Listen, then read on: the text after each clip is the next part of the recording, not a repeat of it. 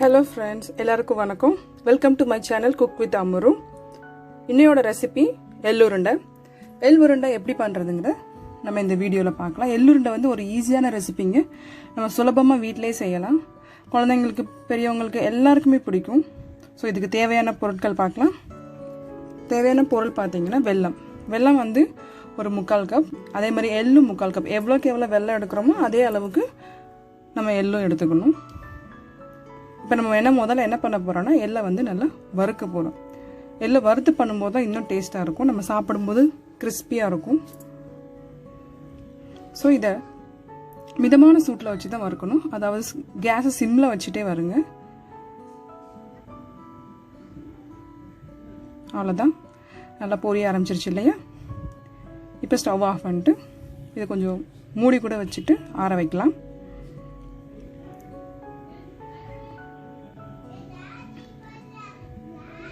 எள்ளுல வந்து ரொம்ப இரும்பு சத்து இருக்குங்க. அதே மாதிரி ஜிங்க்னு சொல்ற துத்தநாகமும் அந்த ஜிங்க் இதுவும் எள்ளுல ரொம்ப நிறைய இருக்குது. அதனால நம்ம இதை சாப்பிடும்போது நமக்கு இரும்பு சத்து நிறைய கிடைக்கும். இப்போ வெல்லத்தை சேர்த்துக்கலாம். ஸோ 1/4 கப் வெல்லம் எடுத்தோம் இல்லையா? ஸோ அதுக்கு 1/4 கப் தான் வாட்டர் சேர்க்கணும். ரொம்ப வாட்டர் சேர்க்க வேண்டாம், ரொம்ப தண்ணி உபயோகப்படுத்த வேண்டாம். 1/4 கப் தண்ணியிலேயே வெல்லம் ஃபுல்லாக கரையிற வரைக்கும் நம்ம கலக்கி விடலாம்.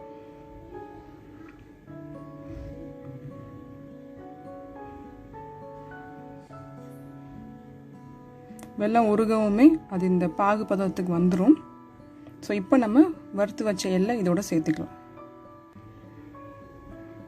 அவ்வளோதான். நல்லா மிக்ஸ் பண்ணி விட்டுருங்க. வெல்லம் எல்லா சைடும் போகிற மாதிரி ஒரு தடவை ஒரு மிக்ஸ் கொடுத்த உடனே நம்ம ஸ்டவ் ஆஃப் பண்ணிடலாம். ரொம்ப நேரம் போட்டு ஸ்டவ்வில் நம்ம ரொம்ப வைக்க வேண்டாம். ஏன்னா அது சீக்கிரம் தீ பிடிச்சிரும், அடி பிடிச்சிரும்.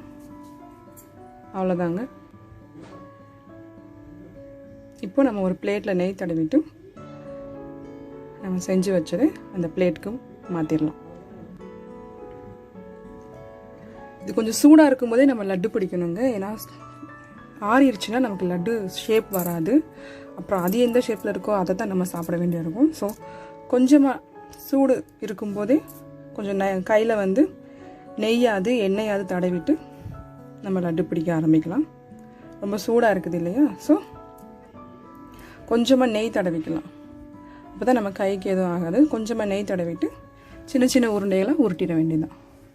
இதை நம்ம கடலை மிட்டாய் ஷேப் இருக்கும் பார்த்தீங்களா, அந்த மாதிரி நம்ம கட் பண்ணியும் செய்யலாம், இந்த மாதிரி உருட்டியும் செய்யலாம். அவ்வளோதாங்க. பார்த்தீங்களா, ஈஸியான ரெசிபிங்க. ஸோ நீங்களும் செஞ்சு பாருங்கள். உங்கள் வீட்டில் செஞ்சு பார்த்துட்டு எப்படி இருக்குன்னு சொல்லி கமெண்ட் பண்ணுங்கள். இந்த எள்ளோட பயன்களை நான் சொல்கிறேன். எள்ளு வந்து நம்ம உடம்புக்கு ரொம்ப சக்தி தரும்.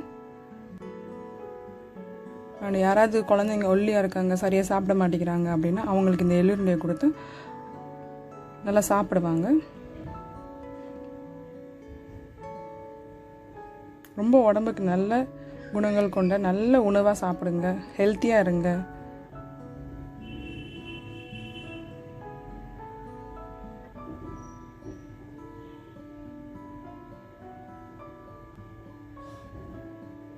ஸோ தொடர்ந்து நம்ம சேனலை பாருங்கள்.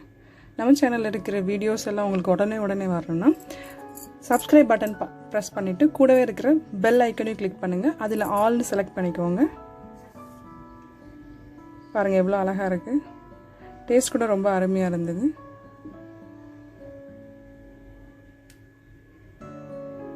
தேங்க்யூ ஃபார் வாட்சிங்.